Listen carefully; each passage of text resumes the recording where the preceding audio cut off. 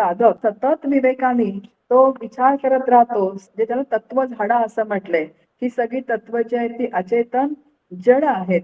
असा सातत्याने बुद्धीचा निश्चय करत, विवेक करत करत निश्चय करायचा आणि आपला आपणच शोध घ्यायचा की मी कोण आहे.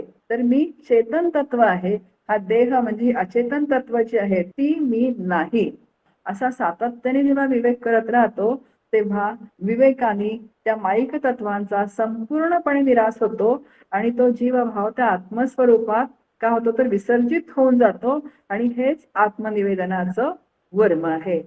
दशक 6वा देवशोधन, समास 3रा मायोद्भव निरूपण. 2 समासांचा विचार करून आपला झालेला आहे.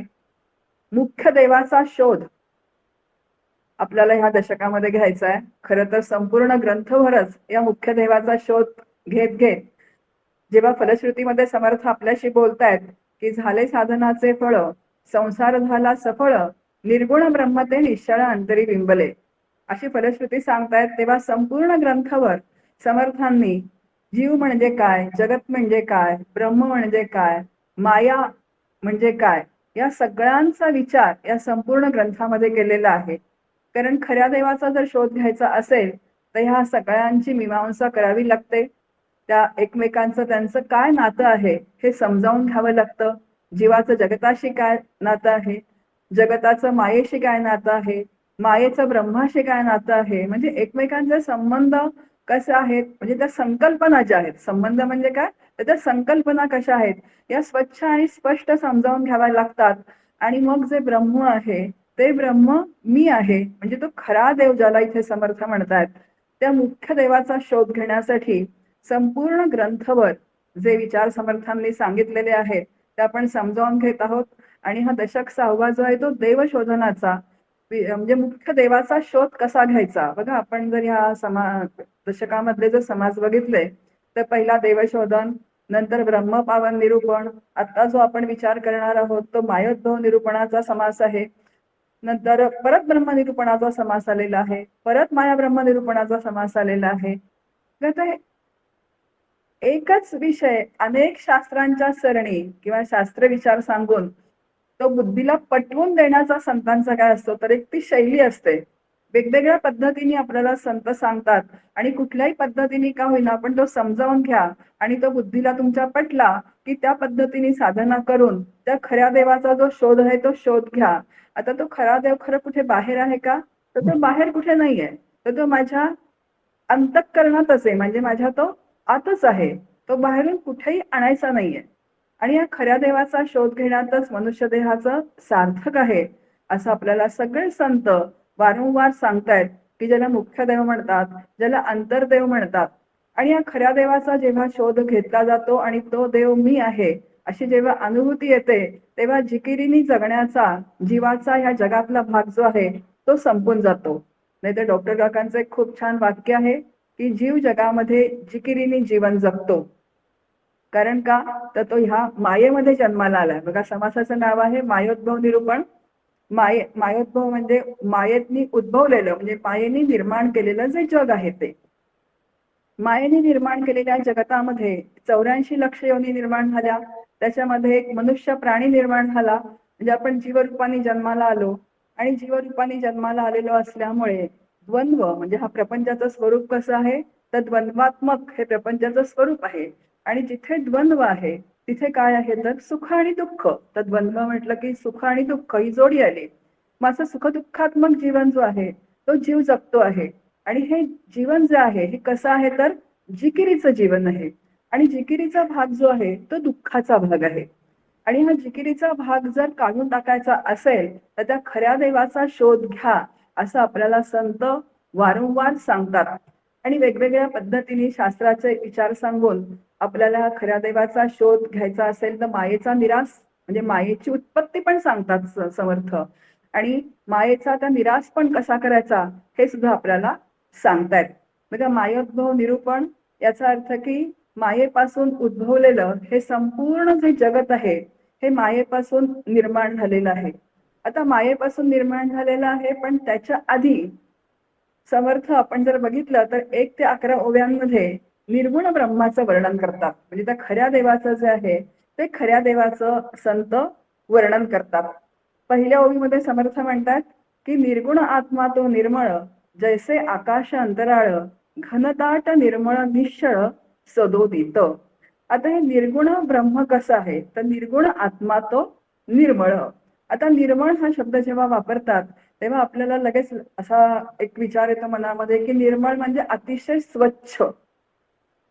स्वच्छ म्हटलं की आपल्या डोळ्यासमोर काय येतं, तर अतिशय स्वच्छ धुतलेला पांढरा कपडा, म्हणजे पांढरं जे वस्त्र असतं ते. मग अशा पद्धतीने इथे समर्थ निर्मळ म्हणतायत का, तर जसा कपडा स्वच्छ असतो तसं समर्थ इथे निर्मळ म्हणत नाहीयेत.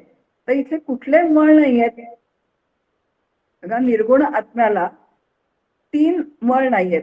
3 देहांचा मळ नाहीये, 3 गुणांचा मळ नाहीये आणि 3 अवस्थांचा मल नाहीये. आणि म्हणून त्याला निर्मळ असं म्हटलेलं आहे. आता जीवात्मा निर्मळ आहे का? कारण जीवात्म्याला हे 3 मळ आहेत. कुठले मळ आहेत? 3 देहांचे मळ आहेत, 3 अवस्थांचे मळ आहेत, 3 गुणांचे मळ आहेत. आणि त्यामुळे जीवात्मा कसा आहे, तर मलरहित आहे. आणि जेव्हा जीवात्मा विचारांनी, म्हणजे शास्त्रशुद्ध विचारांनी, संत विचारांनी साधना करून हे मल काढतो, तेव्हा तोच कोण आहे, तर तो ब्रह्मस्वरूप आहे. म्हणजे तोच खरा देव आहे.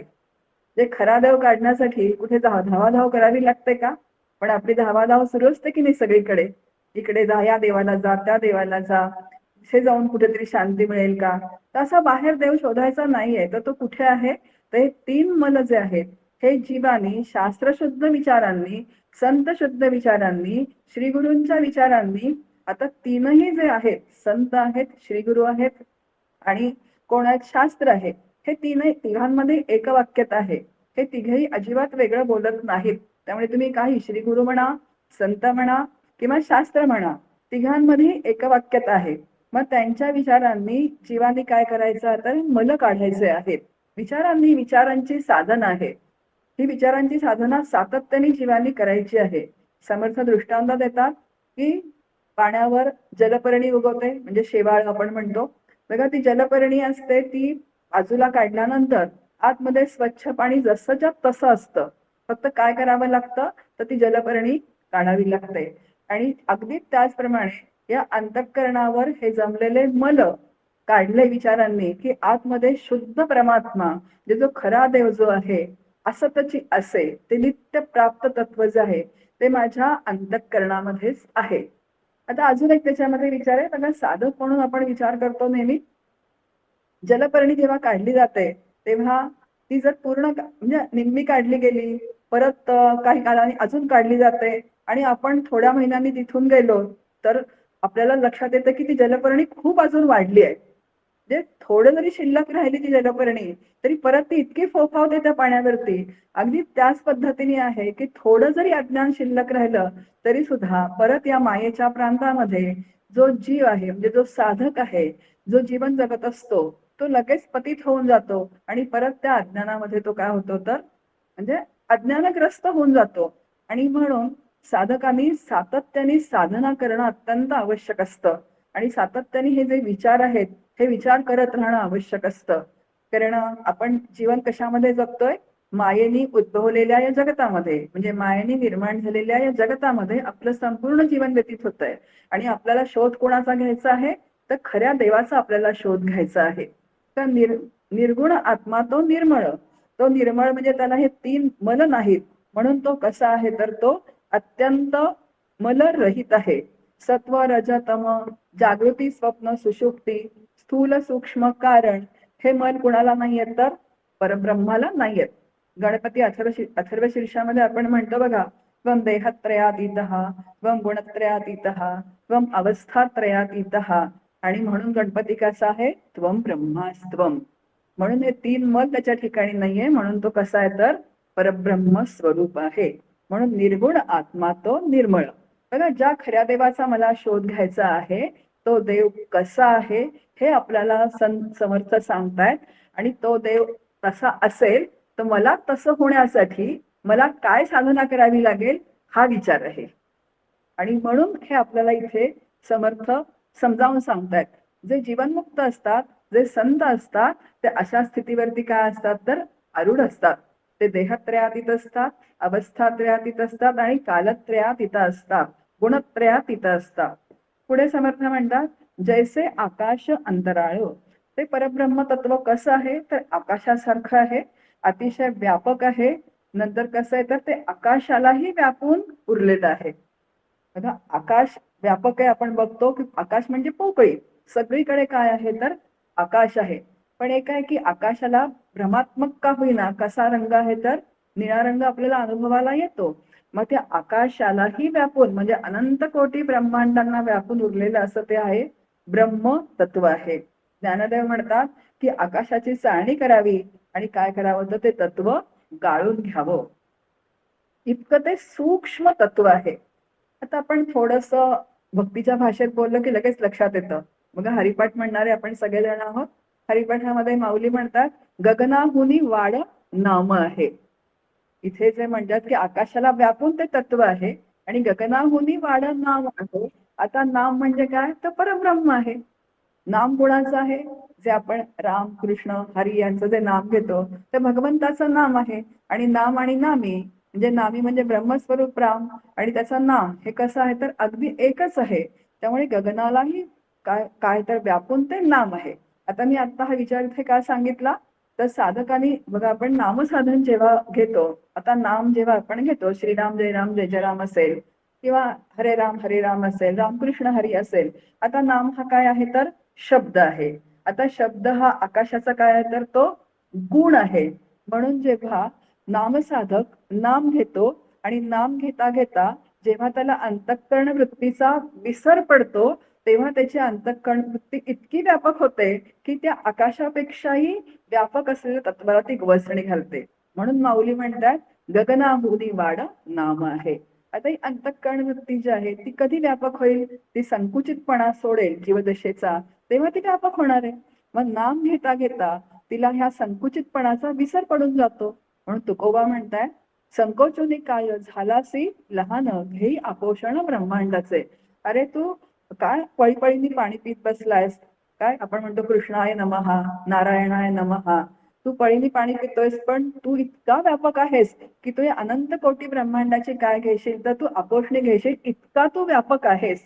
म्हणजे ते अंतःकरण जे आहे ते इतकं व्यापक होतं नाम घेता घेता नामधारकाचं की त्या तत्वालाही काय होतं ते आकाशालाही ते गवसणी घालतं आणि त्या तत्वाशी ते एकरूप होतं.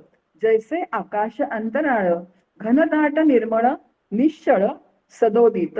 बघा ते कसं आहे तर घनदाट आहे, घनदाट. आता घनदाट म्हणजे आपण म्हणतो ना की घनदाट जंगल आहे, तिथे सूर्यकिरण सुद्धा काय होत नाहीत तर प्रवेश करत नाहीत.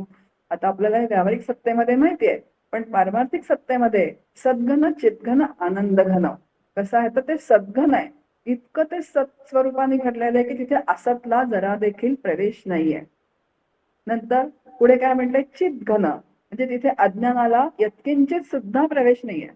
आणि तिसरं आहे आनंद घन, तिथे दुःखाला सुद्धा यत्किंचित प्रवेश नाहीये. म्हणतो तुकोबा म्हणतायत ना, जे आनंदरूप झालेले आहेत, जे आनंदाचे डोही आनंद तरंग आनंदाची अंग आनंदाचे असा अभंग तुकोबा म्हणतायत. तेव्हा ते काय म्हणतायत की दुःख ओखदासी न भेटे, म्हणजे आम्हाला दुःख म्हणून जी चीज आहे ती माहितीच नाहीये. आता बघा, हे समजण्यासाठी म्हणून मी हे सांगतेय. आनंद घन म्हणजे तिथे दुःखाला अजिबात प्रवेश करायला जागा नाहीये. असं ते सद्घन चितघन आनंद घन असं ते घनदाट जे तत्व आहे ते सर्वत्र भरलेलं आहे, अत्यंत निर्मळ आहे, अत्यंत ते निश्चळ आहे. आता निर्गुण ब्रह्म ते निश्चळ अंतरी बिंबले. निश्चळ म्हणजे कसं आहे, त्याला अजिबात काय नाहीये तर हलायला कुठेही जागा नाहीये. अत्यंत ते काय आहे तर स्थिर आहे. आणि त्याचा अनुभव आपल्याला काय येत नाही, कारण का तर आपली अंतःकरण वृत्ती जी आहे ती अत्यंत चंचल आहे. जोपर्यंत त्या अंतःकरण वृत्तीला आपण एक जागी बसवत नाही, म्हणजे कशा नामाला बसवत नाही किंवा नामाशी एकरूप आपण त्याच्याशी होत नाही किंवा विचारांनी त्या अंतःकरण वृत्तीची बहिर्मुख आहे तिला आपण अंतर्मुख करत नाही, तोपर्यंत आपल्याला त्या निश्चळ तत्वाची अनुभूती येणं शक्य नाही. या दोन्हीचा विचार करतोय आपण, कारण मायेतून उद्भवलेलं जग आहे ते तर पुढे जो विषय येणारच आहे, तो समर्थांनी जो सृष्टिक्रम सांगितलाय. पण मुख्यत्वे करून या सगळ्याचा उपयोग जो आहे साधकाला काय पाहिजे तर साधनेसाठी झाला पाहिजे. आणि म्हणून हे जे विचार आहेत, हे जे विचार सांगतेय ते अत्यंत कसं आहे, निर्मळ, निश्चळ, ते त्याला कुठेही हाणायला अजिबात जागा नाही, इतकं ते स्थिर आणि निश्चळ तत्व आहे. सदोदित, कधी नाही असं नाही, तर ते काय आहे, तर सदा सर्वत्र सम, ते आहे आणि आहे. पुढे समर्थ म्हणतात, जे खंडलेची नाही अखंड, जे उदंडाहुनी उदंड, जे गगनाहुनी वाढ आणि सूक्ष्म. ते कसं आहे, तर अखंड आहे, ते कधी खंडितच होत नाही, म्हणजे ते परिच्छिन्न कधी होतच नाही. देश काल वस्तूनी ते परिच्छिन्न होत नाही, अशी शास्त्रीय भाषा आहे. आणि जे मायेने निर्माण केलेलं आहे ते सगळं कसं आहे, तर परिच्छिन्न आहे. तर परिच्छिन्न म्हणजे काय, तर त्याला मर्यादा आहेत. बघा, देश परिच्छेद हे पहिला जो आहे, ज्याला ज्याला आकार आहे त्याला काय, देश परिच्छेद आहे. म्हणजे ते एका ठराविक आकाराने काय आहे, तर ते मर्यादित आहे, म्हणजे ते साकार आहे. आता एखादा पदार्थ समजा हा ग्रंथ आहे, आता मी ठेवलाय, तर त्याला एक ठराविक काय, तर त्या ठराविक वस्तूनी आकाराने ते काय, तर ते मर्यादित झालेलं आहे. काय इतका बा इतकं त्याचा जो साईज असेल तो, मग तसं ते मर्यादित आहे. आणि जे जे साकार असतं ते नाशिवंत आहे, जे नाशिवंत आहे ते मिथ्या असलंच पाहिजे, असा काय तर शास्त्राचा नियम आहे. दुसरा आहे कालपरिच्छेद. बघा, मी पुण्यात आहे, आता मी पुण्यातून कुठे आले, इकडे आले, शिवगडला आले. मग आता शिवगडला आले तर पुण्यात आहे का, नाहीये. तर पुण्यात गेल्यानंतर शिवगडला असेल का, तर असणार नाही. आता मी ते खुर्चीत बसलेली आहे, म्हणजे खाली सतरंजीवर बसलेली नाहीये. म्हणजे एकाच वेळी एकाच स्थानी असणं, हा काय आहे, तर या मर्यादेचा अर्थ आहे. पण ब्रह्म असं आहे का, तर ब्रह्म कसं आहे, तर सर्वत्र आहे. इथे आहे म्हणून तिथे नाही. मग आता कसं मी पुण्यातून इथे आले शिवगडला, म्हणजे आता ब्रह्म, मी आले म्हणजे देह म्हणजे ही उपाधी आली, पण ब्रह्म आलं का, ब्रह्म नाही आलं. कोण आले, तर त्या उपाधी रूपाने जे आहे ते उपाधी रूपाने मी आले. म्हणजे एक दृष्टांत नेहमी दिला जातो की नदी आहे, नदीच्या या तीरावरून त्या तीरावरती एक घट जो आहे, तो घट नदीच्या पाण्याखालून या तीरावरून त्या तीरावरती नेला. आता कोण गेलं या तीरावरून त्या तीरावर, घट गेला. पाणी गेलं का, पाणी तर सर्वत्र आहेच. बघा, दृष्टांत हा समजून घेण्यासाठी असतो. अगदी त्या पद्धतीने हा देहरूपी घट जो आहे, हा पुण्यातून शिवगडला आला, पण ब्रह्म मात्र कुठूनही कुठे आलेलं नाहीये. ते कसं आहे, तर ते सगळीकडेच आहे. आणि म्हणून भरला घनदाट हरी दिसे, त्रिभुवन संचले विठ्ठले गा, रिता ठावया राघवे विण नाही, असं आपल्याला सगळे संत जे आहेत, संत सांगतात. म्हणून ब्रह्म मात्र कशाने मर्यादित होत नाही, त्याला कालच परिच्छेद नाहीये. ते काल होतं, आज नाहीये, उद्या असणारे, अशी तिथे भाषा बोलली जात नाही. देहरूपाने मी एका तारखेपूर्वी नव्हते, आज तुमच्या समोर बसून बोलतेय आणि उद्या कदाचित नसेन, कारण मी कालाने हा देह मर्यादित आहे. पण परब्रह्म असं आहे का, ते कसं आहे, तर कालातीत आहे आणि म्हणून ते कालाने परिच्छेद होत नाही. तिसरा आहे वस्तू परिच्छेद. ते माझा देह कुठेतरी संपतो आणि दुसरा देह तिथे सुरू होतो, असे तीन असे जे परिच्छेद आहेत ते ब्रह्माला नाही. म्हणून ब्रह्म कसं आहे, तर सर्व व्यापक आहे, म्हणून ते अखंड आहे. जे खंडलेची नाही अखंड, जे उदंडाहुनी उदंड, जे गगनाहुनी वाढ आणि सूक्ष्म. बघा, जे जे सूक्ष्म असतं ते ते व्यापक असतं, असा शास्त्राचा नियम आहे. अणुरेणू या ठोकडा तुका आकाशा एवढा. अणुरेणू किती सूक्ष्म असतात, पण ते किती व्यापक असतात. अगदी त्याच पद्धतीने तुकोबा अभंगामधून बोलतात शास्त्र आपल्याशी, की ते सूक्ष्म असतं, ते अत्यंत व्यापक असतं. पुढे म्हणतात, जे दिसेना ना भासेना, जे उपजेना ना नासेना, जे येना ना जायेना, परब्रह्म ते. आता ब्रह्म जे आहे ते डोळ्यांना दिसत नाही, मनाला जाणवत नाही, ते निर्माण होत नाही, ते नष्ट होत नाही, ते जात नाही आणि ते येत सुद्धा नाही. आपल्या अनुभवातल्या गोष्टी गृहीत धरून संत आपल्या समोर मांडणी करत असतात. कारण आपल्याला काय अनुभव आहे, काहीतरी डोळ्यांनी दिसलं पाहिजे, कशाचा तरी भास झाला पाहिजे, काहीतरी निर्माण होतं, काहीतरी निर्माण झाल्यानंतर जातं. म्हणून आपल्या अनुभवातल्या गोष्टी गृहीत धरून संत आपल्याला सांगतात की हे असं नाहीये. म्हणजे ह्याचा दुसरा अर्थ असा होतो की जे जे दिसतं ते ब्रह्म नाही, ज्याचा ज्याचा भास होतो ते ब्रह्म नाही. म्हणून जे दिसतं, कळतं, जाणवतं, भासतं, हे सगळं काय, तर दृश्य प्रांतामध्ये ह्या सगळ्या गोष्टी मोडतात, दृश्य जगतामध्ये मोडतात. कारण ब्रह्म कसं आहे, तर डोळ्यांनी दिसेल का हो, ते कसं आहे, तर अरूप आहे. जे जे रूपवान असतं ते डोळ्यांनी दिसू शकतं, मनाचं मन पण संपल्याशिवाय ते ब्रह्म अनुभवाला येत नाही. कारण मनाला भाषण हा जो आहे, हा दृश्य जगतामध्ये मनामध्ये जी जाणीव निर्माण होते, ती काय आहे तर ती आपल्याला कळते. म्हणजे तिथे वृत्ती ज्ञान आहे. आणि म्हणून ब्रह्म जे आहे ते कसं आहे तर वृत्ती ज्ञान नाहीये, जाणीव नेणीव भगवंती नाही, असं माऊली हरिपाठामध्ये म्हणतात. म्हणजे मनाचं मन पण संपल्याशिवाय त्या अनुभवाला येत नाही. म्हणून जे जे जाणवतं ते ते ते नाही. जे जे निर्माण होतं त्याला नष्ट होणं हा त्याचा काय आहे तर धर्म आहे. माऊलींची ओवी आहे, जे उपजे ते नासे, नाशिले ते पुनरपी दिसे, हे घटिका यंत्र ऐसे परिभ्रमे का. जे उपजतं ते नासल्याशिवाय राहत नाही, जे नासलं ते परत आपल्याला काय येतं तर परत दिसतं. असे घटिका यंत्र जे आहे मायेचं, हे अखंड काय आहे तर सुरू आहे. आणि मायेचं लक्षणच तसं आहे. आणि ब्रह्म कसं आहे तर अज आहे, अजर आहे, अमर आहे. आता तिला अप्रत्यय लागलाय बघा. ते जन्माला येत नाही आणि जन्माला येत नाही म्हणून ते नष्ट होत नाही.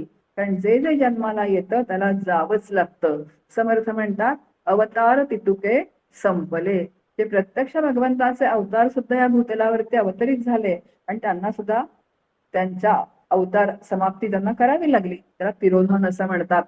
म्हणून जे ये नाना जाये ना परब्रह्म ते, तर आता येत नाही तर जाणारच नाही. कुठे जाईल ते? कारण ते त्याला जायलाही जागा नाही, न्यायलाही जागा नाही. इतकं सगळीकडे ते ओतश्य प्रोतश्य असं काय आहे तर ते घनदाट भरलेलं आहे.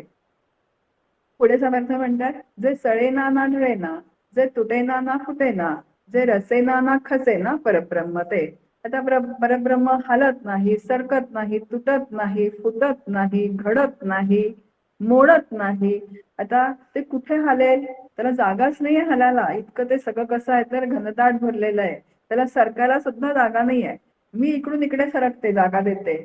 उपाधी रूपाने मी सरकते, पण परब्रह्म मात्र कसं आहे तर सदा सर्वत्र सम, असं ते ओतप्रोत भरलेलं आहे.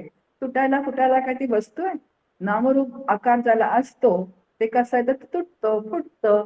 हा देह सुद्धा कसा आहे तर तो नाशिवंत असल्यामुळे एक दिवस तो प्रारब्धानुसारी काय होतो तर तो मृत्यूपंथाने निघून जातो. पण ब्रह्म कसं आहे तर ते अनाम आहे, अरूप आहे, निराकार आहे, त्याला आकार नाहीये. तुटणं फुटणं तिथे संभवतच नाही. मनाच्या श्लोकांमध्ये समर्थ म्हणतात, तुटेना फुटेना कदा देवराणा. असा जो देव आहे तो कसा आहे तर तो तुटत नाही आणि फुटत नाही. पुढे समर्थ म्हणतात, जे सन्मुखची सर्व काळ, जे निष्कळंक आणि निखळ, सर्वांतर आकाश पाताळ व्यापुनी असे. ते कसं आहे तर सतत मागे पुढे खाली वर. आता ह्या आपल्या सगळ्या आपल्याला हे अनुभवात आहे. अगं कुठे माझ्या मागे आहेस का, पुढे आहेस का, वरती आहे का, खाली आहे का. म्हणजे आपल्या सगळ्या गोष्टी गृहीत धरून, म्हणजे दैनंदिन आपण जे जीवन जगतो व्यवहारात, व्यावहारिक सत्तेमध्ये, त्या सगळ्या गोष्टी गृहीत धरून ही सगळी मांडणी जी आहे ती संतांनी, शास्त्रकारांनी ती केलेली आहे. म्हणजे आता कसं आहे तर सन्मुखची सर्व काळ, सगळीकडे खाली वर मागे पुढे, कुठे नाही असं ते नाहीच आहे. आपल्याला गाणं एक सांगितलं की लगेच लक्षात येईल. सगळं हे जे अभंग वगैरे असतात ना ते सगळे या शास्त्रावरून दिलेले असतात आणि ते जवळचे वाटतात आपल्याला. पुढे उभा मंगेश, मागे उभा मंगेश, काय आहे तो माझ्याकडे देव माझा पाहतो आहे. आता तिथे मंगेश म्हटलंय पण तो परब्रह्म स्वरूप जे आहे ते कसं आहे तर पुढे आहे, मागे आहे, वर आहे, खाली आहे आणि ते माझ्याकडे बघतंय. बघतंय म्हणजे काय तर सतत त्याची काय आहे तर ती अनुभूती आहे. म्हणून ते सन्मुखची सर्व काळ, जे निष्कळंक आणि निखळ, अत्यंत ते कसं आहे तर निखळ आहे. सर्वांतर आकाश पाताळ व्यापुनी असे. सर्वांतर म्हणजे सगळीकडे आहे. कुठे ना जिकडे पाहावं तिकडे काय आहे तर बघा गजानन महाराजांच्या आरतीमध्ये पण आपण म्हणतो, जिकडे पहावे तिकडे तू दिससी नयना. आता मी आरतीमध्ये असं बघितलं का, मी आरतीला गेले होते एकदा मंदिरामध्ये आणि आरतीला गेल्यानंतर हे कडवं आल्यानंतर ते भक्त मंडळी जी आहेत ती सगळीकडे इकडे बघायची, इकडे इकडे इकडे. आता मला असं सुरुवातीला वाटलं की का बरं सगळे इकडे तिकडे बघतात, मूर्ती तर समोर आहे. पण कमीत कमी जरी अनुभूती आली नाही तरी त्या शब्दातून, त्या चरणातून ते सगळीकडे बघण्याचा प्रयत्न करतात की सगळीकडे कोण आहे तर महाराजच आहेत. महाराज म्हणजे काय, ते परब्रह्म स्वरूप जे आहे ते सगळीकडे आहे. जे सतत तो आमच्या अनुभवात आहेसच. हे शब्दांनी का होईना पण सुरुवातीला हे समजावून घ्यावंच लागतं. आणि मग हळूहळू हळूहळू काय आहे तर त्याचा अनुभव का येत नाही. त्या मायेने उद्भवलेल्या म्हणजे निर्माण झालेल्या जगतामध्ये ती अंतःकरण वृत्ती जी आहे ती इतकी रंगून आणि रमून गेलेली आहे की संतांच्या सहवासामध्ये या मायेचं स्वरूप म्हणजे मायेची निर्मिती कशी झाली, जगताची निर्मिती कशी झाली ही समजावून घेऊन नंतर त्याचा विवेकाने निराश करावा लागतो. त्यामुळे मायेची संपूर्ण व्याप्ती जी आहे ती व्याप्ती सुद्धा संत आपल्याला समजावून सांगतात.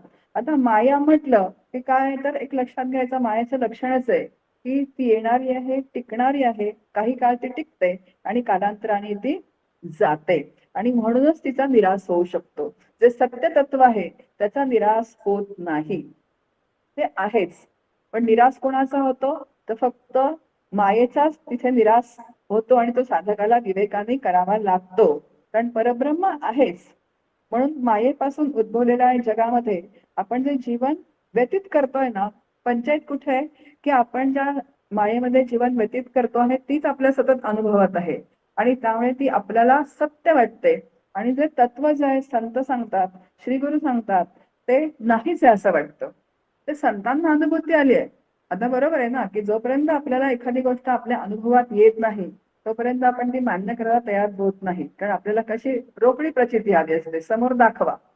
पण तसं दिसत नाही ते परब्रह्म. पण आता असं आहे की आपण जे आहोत संतांवर, शास्त्रावर, श्रीगुरूंवर आपली श्रद्धा आहे. मग ज्या अर्थी संत सांगतायत, श्रीगुरु सांगतायत माझे, ज्या अर्थी शास्त्र सांगताय त्या अर्थी परब्रह्म आहे आणि त्यांच्या उपदेशाच्या मार्गावर जर आपण वाटचाल करत राहिलो तर नक्की मला सुद्धा अनुभूती येणार आहे. आणि या सश्रद्ध अंतःकरणाने जेव्हा आपण अभ्यास करतो आणि वाटचाल करत राहतो तेव्हा एक दिवस नक्की असा येतो की या मायारूपी जगतामध्ये राहून सुद्धा मला त्या परब्रह्म तत्वाची म्हणजे खऱ्या देवाची जी आहे ती अनुभूती येते. पण तोपर्यंत आपल्याला हे परोक्ष ज्ञान जे आहे हे परोक्ष ज्ञान आपल्याला परिपूर्ण जे आहे ते समजून घ्यावं लागतं. पुढे समर्थ म्हणतात, अविनाश ते ब्रह्म निर्गुण, नासे ते माया सगुण, सगुण आणि निर्गुण कालवले. आता कसं झालंय माहितीये का, निर्गुण ब्रह्म अविनाशी आहे, त्याचा विनाश होत नाही. आणि सगुण माया जी आहे तिचा मात्र काय होतो, तर विनाश होतो. आपल्याला अनुभवात आहे विनाश होतो की नाही. आपल्या आधीच्या पिढ्या आहेत त्याच्यातलं कोणी राहिलेलं नाहीये. मी पण आता त्याच पंथाने चाललेली आहे. जग पण परिवर्तनशील आहे, जे सतत हे सगळं बदलत आहे, म्हणून माया विनाशशील आहे. पण इथे समर्थ असं सांगताय की निर्गुण ब्रह्म अविनाशी आणि जी माया जी विनाशी आहे या दोघांचा या दृश्य जगतामध्ये संगम झालेला आहे. त्याला कर्ण हा शब्द समर्थांनी इथे वापरलाय. खरं म्हणजे अशक्य आहे की नाही, सत्य तत्व आणि असत्य तत्व यांचा संगम होणं कधीतरी शक्य आहे का, पण तो झालेला आहे. आचार्य आपल्या समोर सांगतात, सत्यानुकृत मिथुनीकृत्य. सत्य आणि अनृत म्हणजे सत्य आणि असत्य या दोन्हींचं मिश्रण म्हणजे हे दृश्य जगत आहे. त्याला सत्यानुकृते मिथुनीकृत्य असं म्हटलेलं आहे. आता हे जे सत्य आणि असत्य या दोघांमध्ये जो विवेक करतो, बघा राजहंस ज्याप्रमाणे पाण्यापासून दूध वेगळं करण्याची कला जाणतो, त्याप्रमाणे ज्ञानी जीवनमुक्त जे आहेत ते सत्य काय, असत्य काय, नित्य काय, अनित्य काय याचा विवेक करतात आणि विवेक करून त्या असत्याचा त्याग करून, आता त्याग करायचा म्हणजे काय, तर अंतःकरण वृत्तीने म्हणजे विचारांनी त्याग करतात की ते मिथ्या आहे असा बुद्धीचा निश्चय करतात आणि सत्य तत्वाच्या अनुसंधानात राहतात आणि व्यावहारिक सत्तेमध्ये देहाचं प्रारब्ध असेपर्यंत अतिशय आनंदाने जे आहे ते जीवन जगतात. माऊलींची ओवी आपल्या समोर भगवंत अर्जुनाला म्हणतात की जडाजडी अंशी रहाटणे सरीसी ते चेतना का तुझशी लटकी नाही. या चेतन आणि अचेतनामध्ये मी संपूर्ण व्यापून आहे. स्वतः भगवंत सांगतायत. पण तरी सुद्धा काय कर, तर तू अचेतन जे आहे त्या अचेतनाच्या अनुसंधानात राहू नकोस, तर चेतन तत्वाच्या अनुसंधानात तू राहा. म्हणून परब्रह्म जे आहे ते अविनाश ते ब्रह्म निर्गुण, नासे ते माया सगुण, सगुण आणि निर्गुण कालवले. आता हे सगुण आणि निर्गुण कसं येतं एकमेकांमध्ये कालवलं, म्हणून त्याला इथे कर्दम असं म्हटलंय. आपण शुद्ध ज्ञानाच्या मध्ये जीवाची व्याख्या बघितली होती. आत्म्याचा बुद्धीत पडलेला प्रकाश म्हणजे काय आहे, तर चिदाभास, त्याला जीव असं म्हणतात. आता आत्मा चेतन तत्व आहे, बुद्धी अचेतन जड तत्व आहे. आता जेव्हा बुद्धी आत्म्याच्या संपर्कात येते तेव्हा त्याचं प्रतिबिंब जेव्हा आत्मस्वरूपाचं बुद्धीमध्ये म्हणजे अचेतन जड बुद्धीमध्ये पडतं, तेव्हा चिदाभास म्हणजे जीव नावाचं तत्व तयार होतं. का त्या तिन्ही गोष्टी लागतात. आत्मा आहेच, बुद्धी अचेतन जड आहे आणि आत्म्याचा बुद्धीत पडलेला प्रकाश जे सत्य तत्व आणि अनृत तत्व म्हणजे मिथ्या तत्व बुद्धीचे जे अचेतन जड आहे, या दोघांचा संगम होतो तेव्हाच जीवन नावाचं तत्व निर्माण होतं. म्हणून सत्यानुकृते मिथुनी कृत्य, सत्य आणि अनृत अशा दोघांच्या संगमातून हे काय झालेलं आहे, तर हे सगळं जग निर्माण झालेलं आहे. पुढे म्हणतात की जड सबळ पंचभूतिक त्यामध्ये आत्मा व्यापक तो नित्यानित्य विवेक पाहता कळे. अचेतन जगात पंचभूतांचं असल्यामुळे अशुद्ध असून त्यात चेतन आत्मा व्यापून राहतो आणि अचेतन अनित्य व चेतन नित्य असा विवेक समजावून म्हणजे असा विवेक समजावून घेतल्यानंतर लक्षात येतो. म्हणून सातत्याने साधकाने काय करावं लागतं, तर विवेक करावा लागतो. इथे समर्थांनी पुढे 2 दृष्टांत दिलेले आहेत की उसामध्ये घेई जे रस येरते सांडीचे बाकस तैसा जगामध्ये जगदीश विवेके ओळखावा. उसाची साल सोलून त्यातला काय घ्यावा, तर रस घ्यावा. त्याप्रमाणे दृश्य जगतामध्ये ब्रह्म आहे हे जाणावं. का दृष्टांत हा नेहमी एकदेशी असतो, तो व्यवस्थित लावून घ्यायचा असतो. तसं रसाचं अस्तित्व कशावरती अवलंबून आहे, तर उसावरती अवलंबून आहे. तसं ब्रह्माचं अस्तित्व काही दृश्य जगतावरती अवलंबून नाहीये. ब्रह्म कसं आहे, तर दृश्य जगत असलं तरी आहे, दृश्य जगत नष्ट झालं तरी सुद्धा ते आहे, असं ते पूर्ण तत्व आहे. बघा, ओम पूर्णमद पूर्णमिदम पूर्णात पूर्णमुदच्यते पूर्णस्य पूर्णमादाय पूर्णमेवावशिष्यते. म्हणजे हे सगळं पूर्ण पूर्ण आहे, पण तरी जे अवशिष्ट राहतं, अवशेष राहतं, ते कसं आहे, तर ते परब्रह्म तत्व पूर्ण आहे. जग निर्माण झालं त्या परब्रह्म तत्वात, म्हणून त्या परब्रह्म तत्वात काही वाढ होत नाही किंवा जगाचा नाश झाला म्हणून त्या परब्रह्म तत्वातनं काही कमी होत नाही, असं ते पूर्ण तत्व आहे. आणि म्हणून बघा, दृष्टांत नेहमी एकादेशी असतो, तो व्यवस्थित लावून घ्यायचा, समजावून घ्यायचा आणि दृष्टांत तिथल्या तिथे सोडून द्यायचा. जसं पुढे इथे समर्थ म्हणतात की रसनाशिवंत पातळ आत्मा शाश्वत निश्चळ रस अपूर्ण आत्मा केवळ परिपूर्ण जाणावा. कारण रस कसा आहे, तर पातळ आहे, नंतर तो खराब होतो. पण आत्मा होतो का तसा, तर नाहीये. आत्मा कसा आहे, तर तो रूपरहित आहे, निर्विकार आहे. आता रसाचं अस्तित्व उसावर अवलंबून आहे, पण आत्म्याचं अस्तित्व जे आहे किंवा आत्मा असणं हे दृश्य जगतावरती अवलंबून नाहीये. ते तत्व कसं आहे, तर ते अतिशय पूर्ण तत्व आहे. म्हणून आत्म्याला देण्यासाठी दुसरा दृष्टांत नाही, पण तरी थोडी समजूत पटवून घेण्यासाठी, म्हणजे आपल्याला पटवून घेण्यासाठी संत आपल्याला दृष्टांत सांगतात. ऐसी आत्मस्थिती संचली तेथे माया कैसी झाली जैसी आकाशी वाहिली सुळुक वायोची. आता इथे समर्थ आपल्याला आता इथपर्यंत परब्रह्माचं वर्णन केलं, खऱ्या देवाचं वर्णन केलं आणि आता इथून आपल्याला समर्थ जे आहे ते मायेची निर्मिती कशी झाली ही आपल्याला पुढच्या ओव्यांपासून इथे त्यांनी सुरुवात केलेली आहे. त्या निर्गुण परब्रह्मावरती मूळ माया कशी निर्माण झाली, तर आकाशात ज्याप्रमाणे वायूची झुळूक यावी त्याप्रमाणे. बघा, त्या ब्रह्मावरती मूळ माया निर्माण झाली अशा मांडणीला वेदांतामध्ये अध्यारोप असं म्हणतात. जग म्हणजे हा जो प्रपंच आहे, जग म्हणजे हा सगळा प्रपंच आहे, म्हणून काही अस्तित्वातच नाहीये. मग काय आहे, तर फक्त एकमेव अद्वितीय तत्व आहे जे सत्यम ज्ञानम अनंतम ब्रह्म. आता असं जर सांगितलं, बघा, जग म्हणून काही अस्तित्वातच नाहीये, फक्त एकमेव अद्वितीय जे तत्व आहे तेवढंच तत्व आहे. आता असं जर सर्वसामान्यांना म्हणजे जो मंद अधिकारी आहे, जो मध्यम अधिकारी आहे, त्याला जर सांगितलं तर पटेल का हो, की फक्त परब्रह्म तत्व आहे, बाकी जग काही अस्तित्वात, ज्याला अजातवाद म्हणतो आपण, अगाजे झालेची नाही, ते समर्थ म्हणतात, तर असं पटेल का? डॉक्टर काका गमतीने म्हणतात की असंच मी प्रवचनामध्ये एकदा सांगायला लागलो आणि एक श्रोता उठून म्हणाला, अहो ते काही आम्हाला सांगू नका, तुम्ही झाले नसाल कदाचित, पण आम्ही मात्र झालेलो आहोत आणि आम्हाला सगळ्या संसाराचा काय आहे तर अनुभव आहे आणि आमच्या दृष्टीने हा संपूर्ण प्रपंच आम्हाला अनुभवाला येतोय. त्यामुळे ही विचारांची झेप जी आहे ती मंद आणि मध्यम अधिकाऱ्याची नसते. मग आता शास्त्रकारांनी जी मांडणी केलेली आहे का, की मग हे जग कसं आहे, तर हे अध्यारोप म्हणजे परब्रह्मावरती झालेला आरोप किंवा दुसरं काल्पनिक. पण जगाची मांडणी जी आहे ती स्वीकारावी लागते. म्हणजे जग हे झालेलं आहे.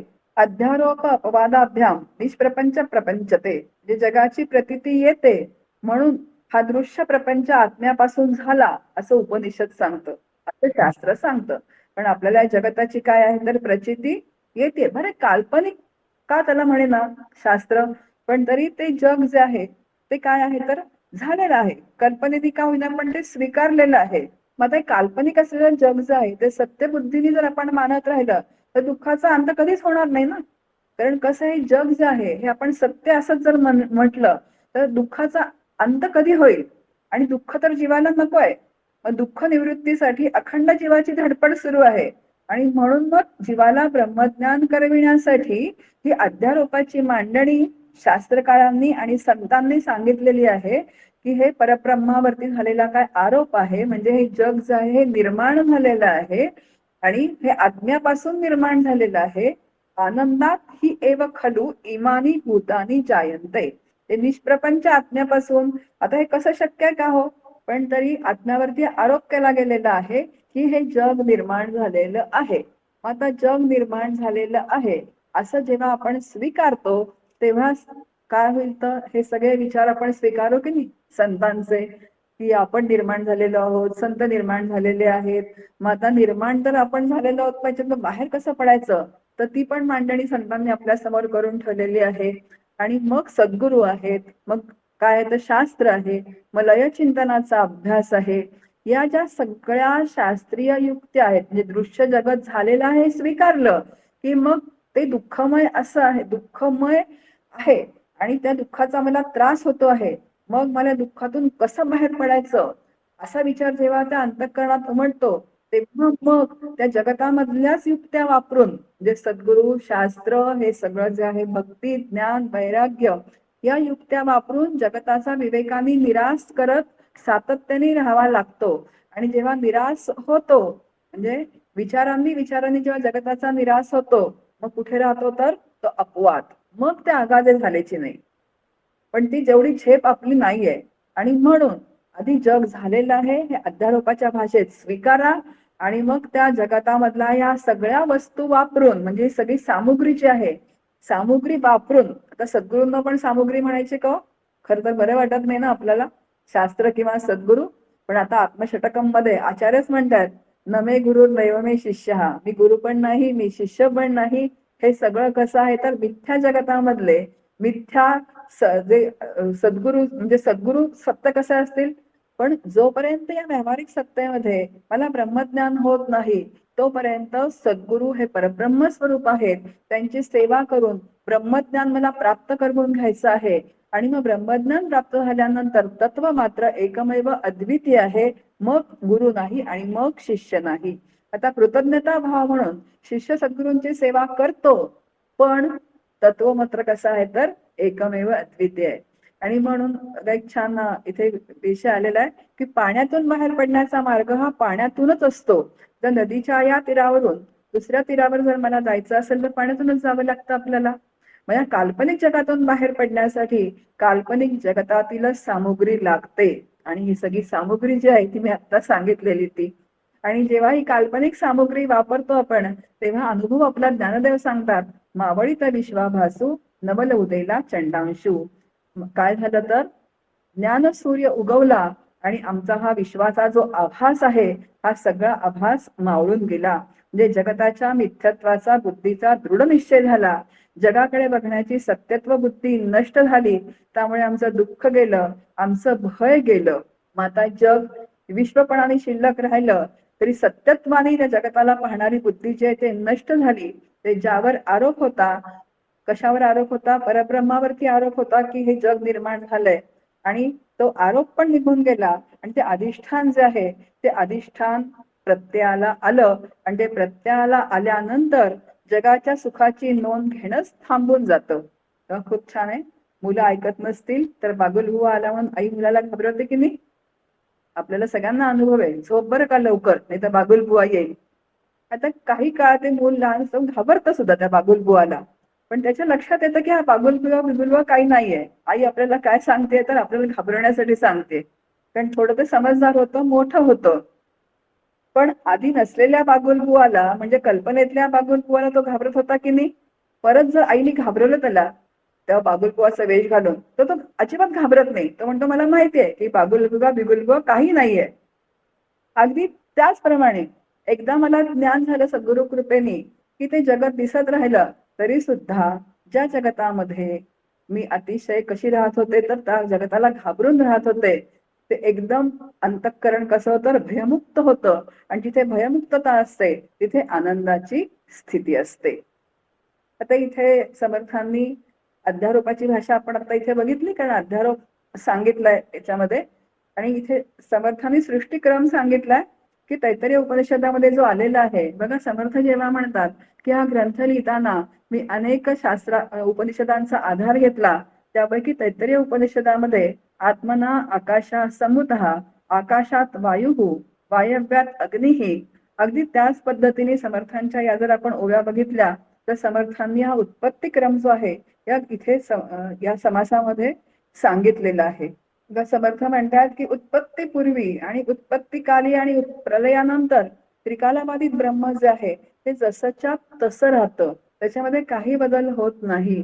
तर भगवद्गीतेमध्ये भगवंत म्हणतात की माझ्या एका अंशावरी अनंत कोटी ब्रह्मांड निर्माण होतात, काही काळ टिकतात आणि कालांतराने ते जातात, पण मी परब्रह्म स्वरूप जे आहे ते जसंच्या तसं राहतं, त्याच्यामध्ये काहीही फरक पडत नाही.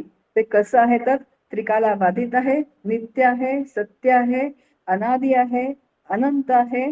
त्यात जरा सुद्धा काय होत नाही तर बदल होत नाही.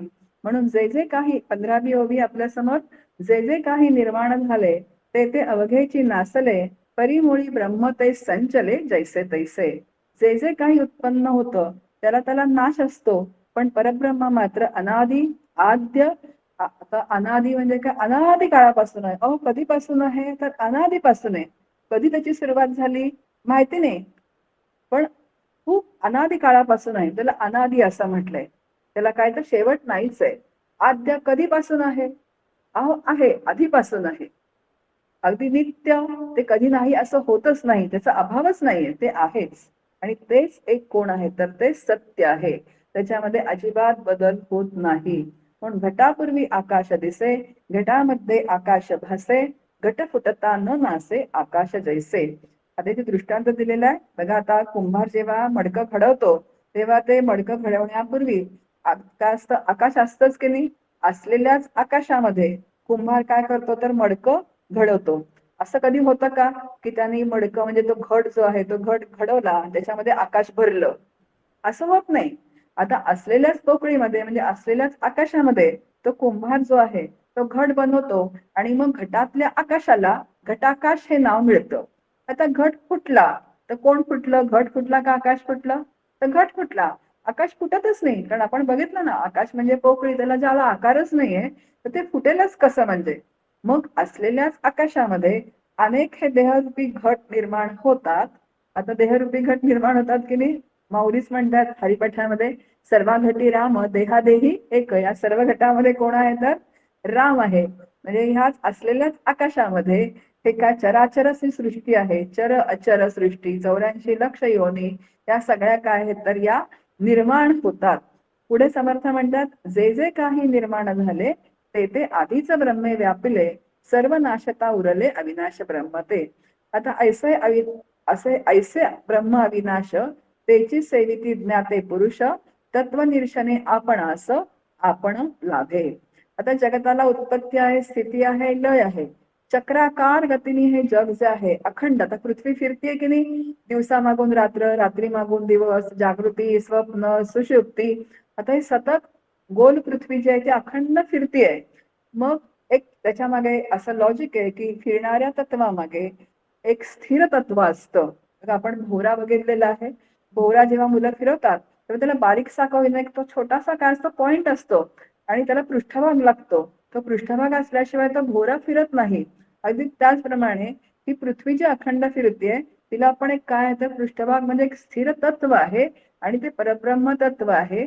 आणि त्या अखंड स्थिर निश्चळ तत्वाच्या अधिष्ठानावरती ही जी पृथ्वी आहे म्हणजे हे जगत जे आहे हे अखंड परिवर्तनशील आहे. जागृती, स्वप्न, सुषुप्ती, दिवसामागून रात्र, रात्री मागून दिवस, हे अखंड हे चक्र सुरू आहे. आणि जे आत्मव्यक्ती पुरुष असतात, जे त्या अखंड स्थिर तत्वाच्या अनुसंधानात राहतात, त्यांच्या अंतःकरण वृत्ती ज्याला जोडून असते अखंड, त्यांना ह्या परिवर्तनशील जगतामध्ये कितीही काहीही बदल झाले, म्हणजे स्वतःच्या देहामध्ये सुद्धा कितीही काही बदल झाले तरी ते अत्यंत निश्चिंत असतात. पण त्यांना हे पक्क माहिती असतं की जे परिवर्तनशील आहे ते येणारं, टिकणारं आणि जाणार आहे. त्याला जे काही करायचं आहे ते करायचं आहे, देहाला औषध पाणी द्यायचं आहे, जगतामध्ये व्यवहार करायचा आहे, पण त्याच्यामध्ये अंतःकरण वृत्ती गुंतवून न ठेवता अखंड अनुसंधान कोणाचं आहे तर त्या तत्वाचं आहे. म्हणून मी कोण याचा जे शोध घेतात ते तेच होऊन राहतात. आणि म्हणून जीवाने सुद्धा सातत्याने विवेक करायचा आहे. त्या 82 तत्वाचा संघात जो आहे तो म्हणजे मी नाही. कारण 82 तत्व ही अचेतन जड आहे आणि आत्मरूप मी जो आहे तो चेतन आहे. आणि म्हणून जीव सुद्धा आपण बघितलं की सत्य आणि अनृत यांचं काय आहे तर मिश्रण आहे. आता आपल्या या देहामध्ये 82 तत्व जे आहेत ती कशी आहेत तर ती अचेतन जडच आहेत, पण त्याच्यामध्ये एक चेतन तत्व आहे. पुढे समर्थ म्हणतात, आपणा विण निर्गुण ब्रह्म हेची निवेदनाचे वर्म, तत्वासारिखा गेला भ्रम मीतूपणाचा. आता जेव्हा असा सतत विवेकाने तो विचार करत राहतो साधक, जे त्याला तत्व झाडा असं म्हटलंय, ही सगळी तत्व जी आहेत ती अचेतन जड आहेत, असा सातत्याने बुद्धीचा निश्चय करत, विवेक करत करत बुद्धीचा निश्चय करायचा आणि आपला आपणच शोध घ्यायचा की मी कोण आहे.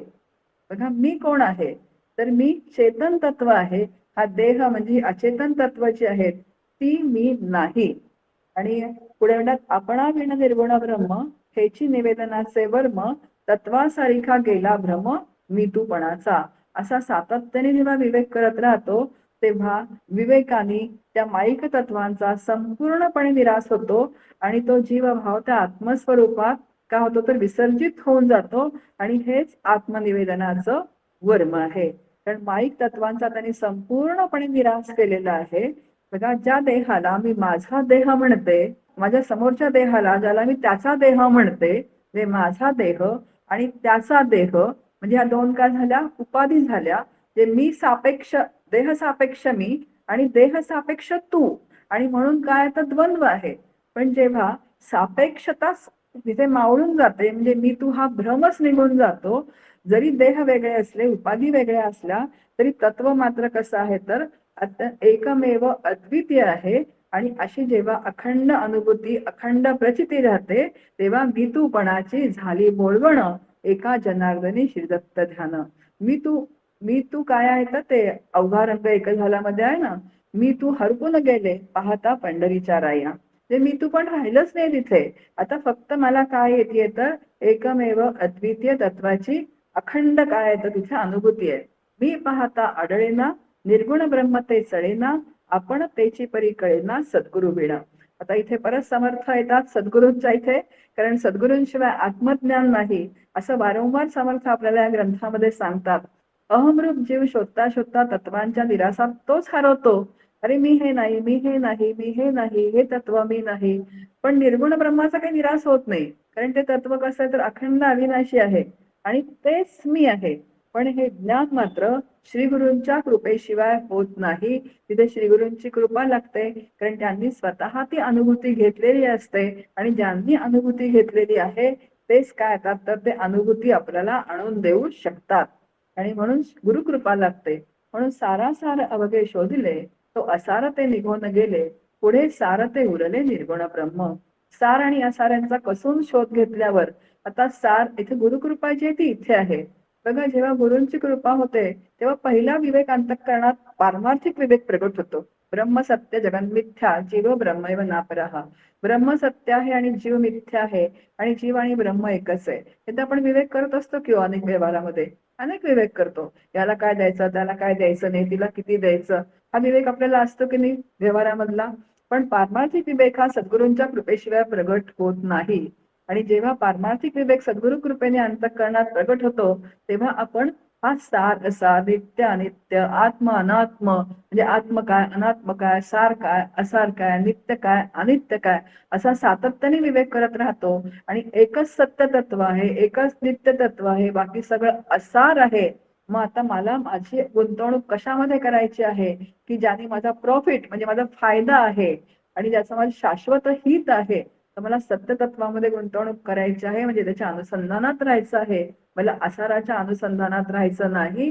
आणि इथेही गुरुकृपा काम करते आणि म्हणून गुरुकृपा ती या ठिकाणी लागते. म्हणून आधी ब्रह्म निरोपिले त्याची सकळांमध्ये व्यापले, सकळ अवघेची नासले उरले ते केवळ ब्रह्म. आता हे ब्रह्म अनादि आद्य आहे, ते सगळीकडे आत बाहेर व्यापून आहे. दृश्य जगत नष्ट झालं तरी सुद्धा ते नष्ट होत नाही. पण विवेकाने सत्य तत्वाचा सातत्याने काय करत राहावं लागतं, तर निश्चय करावा लागतो. तत्वामध्ये मी पण गेले तरी निर्गुण सहजची उरले, सोहम भावे प्रत्यय आले आत्मनिवेदन. आता तत्वाच्या निरासाबरोबर मीपणाही निराश, त्याचा मीपणाचाही निराश होतो. कारण काय, तर सोहम इथे त्यांनी सोहम साधण्याचा समर्थांनी इथे परत उल्लेख केलेला आहे की तत्वांचा संपूर्णपणे काय झालेला आहे, तर निराश झालेला आहे. तर अंतःकरण वृत्तीने फक्त सोहम धरून ठेवलेलं आहे. सहा अहम, ते ब्रह्म मी आहे. बघा आता संपूर्ण माईक तत्वांचा निराश झालेला आहे.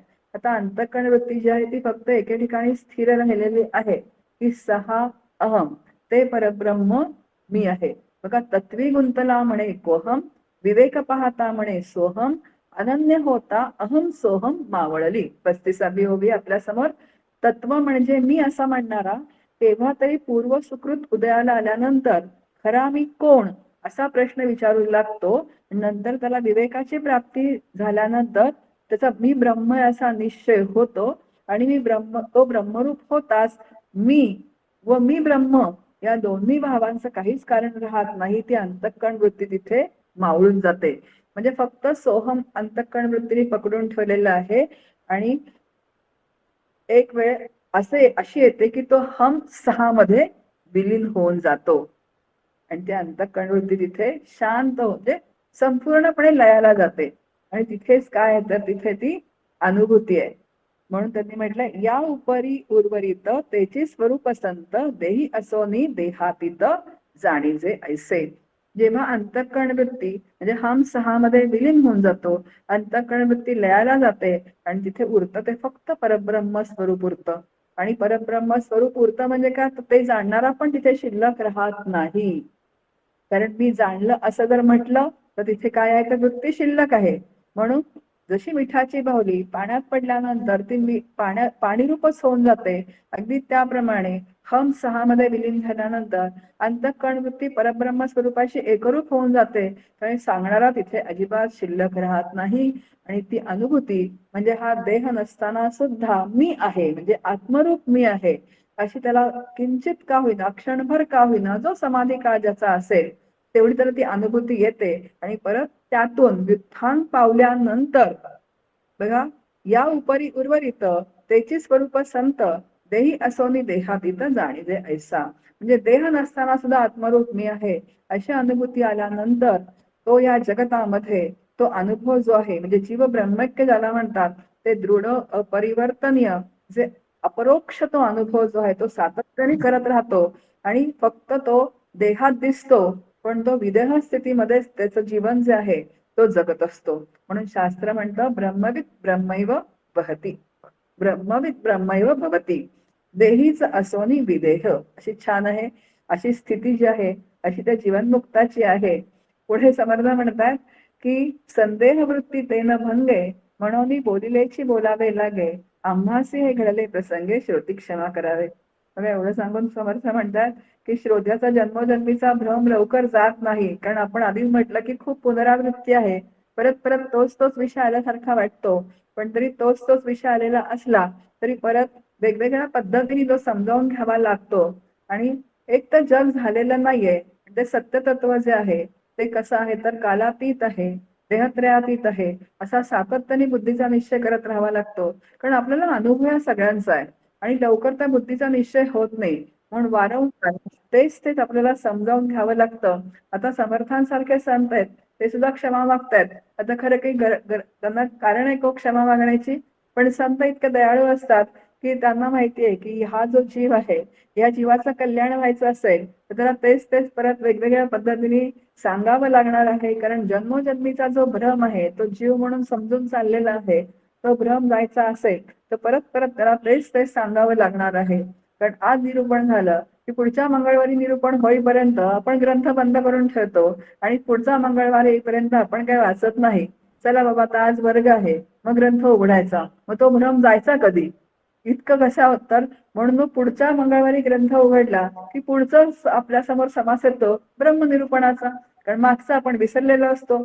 फक्त सांगायला लागल्यानंतर वक्ता जो आहे ते ऐकल्यासारखं वाटतं, व हे सारखं तेच तेच का सांगतात. पण बुद्धीचा निश्चय झालाय का बाबा? अजून नाही झालाय ना. मग तत्कथनम तत्वचनम तत्श्रवण अशी जी संतांची शास्त्राची जी आज्ञा आहे, त्या आज्ञेचं पालन करावं आणि सातत्याने परत परत तेच तेच ऐकावं. ज्यार्थी समर्थ म्हणतात की मला हे परत परत सांगावं लागतंय, तर मग आपण परत परत तेच ऐकण्यात काय आहे तर शास्त्र दोष मानत नाही आणि पुनरावृत्ती हा दोष परमार्थामध्ये मानला जात नाही. आणि म्हणून परत तेच तेच ऐकत राहावं आणि तेच तेच ऐकत ऐकत एक दिवस ब्रह्मरूप होऊन जावं, ही आपण सद्गुरूंच्या समर्थांच्या चरणी प्रार्थना करूयात. इथेच मी माझ्या वाणीला विराम देते. जय जय रघुवीर समर्थ.